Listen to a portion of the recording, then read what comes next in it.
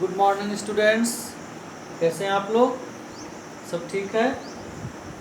किसी को कोई दिक्कत नहीं होनी चाहिए। हमारा क्लास कंटिन्यू है। Yesterday we have discussed about reminder theorem. कल हम लोगों ने रिमाइंडर थ्योरम के बारे में बात किया और ये देखा कि जो रिमाइंडर होता है हमारा आर, वो पी ए के इक्वल होता है। तो इससे आप लोग समझे होंगे, एग्जाम्पल सॉल्व किए होंगे, प्रॉब्लम सॉल्व किए होंगे। आई होप दैट समझ में आया होगा।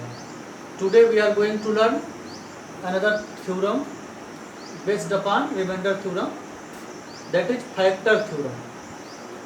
So factor theorem means we are going to learn about factor of the polynomial with the help of remainder theorem.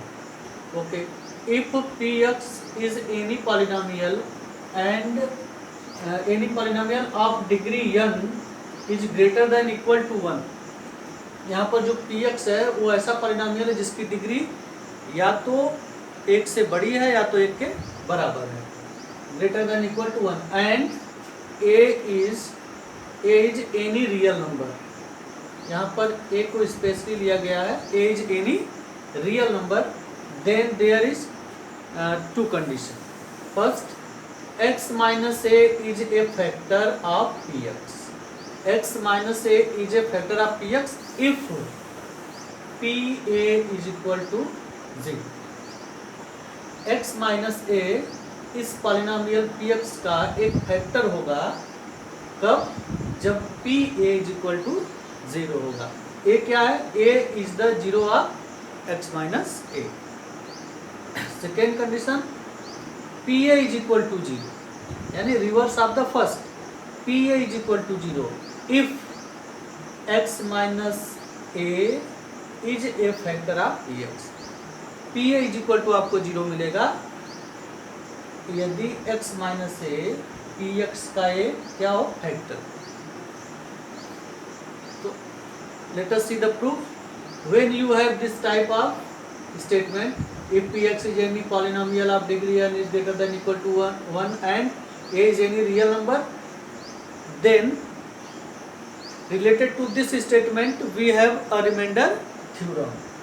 So we know that remainder theorem means according to remainder theorem px can be written as x minus a into qx plus r। r को हम लोग कहीं कहीं rx भी लिखते हैं और r भी लिखते हैं, उसको एक ही आप समझिए, r मीन्स रिमाइंडर। कभी वो x का पॉलिनोमियल भी हो सकता है और यहाँ डिग्री 1 है इसलिए r ही रहेगा। ठीक है, ये हमारा रिमाइंडर थ्योरम के अकॉर्डिंग हो गया। Where reminder is what? Reminder theorem बताती है कि रिमाइंडर r जो है वो pa के बराबर होता है। So r is equal to pa। पहला कंडीशन लेते हैं, क्या प्रूव करना है? x minus a is a factor of px when if pa is equal to 0। हम लोग पहला कंडीशन लेते हैं कि if pa is equal to 0, तो हम ये सपोज कर लेते हैं कि pa इज इक्वल टू 0 है क्योंकि इसमें दिया हुआ है। देन क्या होगा? Then from equation 1 means from reminder theorem. तो इसमें आप क्या लिख सकते हैं? जहां रिमाइंडर r है उसके स्थान पर pa होगा और pa क्या हो गया? 0 हो गया। So px is equal to x minus a into qx plus r। r क्या हो गया बेटा? यहाँ से r आपको क्या मिल गया? 0 मिल गया इस कंडीशन में। सो r इज इक्वल टू 0 हो गया। This can be written as px is equal to x minus a into qx.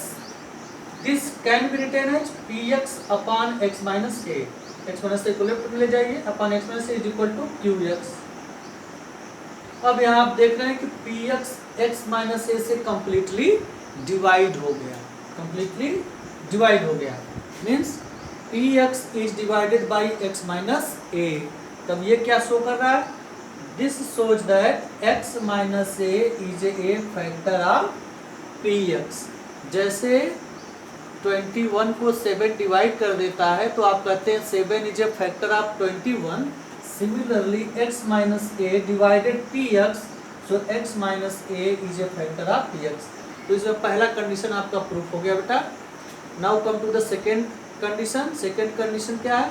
We have to prove that P A is equal to 0। उसी का पहले का रिवर्स प्रूव करना है। We have to prove that P A is equal to 0। तो इसका condition क्या है, x minus a is a factor of P x. If x minus a is a factor of P x, तो हम इसको ले लेंगे सेकेंड कंडीशन में। If x minus a is a factor of P x, then again from the remainder theorem, x minus a is a factor of P x, then remainder theorem में क्या होता है, जब ये इसका फैक्टर है तो रिमाइंडर 0 होता है। मतलब जो पॉलिनोमियल्स है उसको हम लोग किस फॉर्म में लिख सकते हैं, इस फॉर्म में लिख सकते हैं।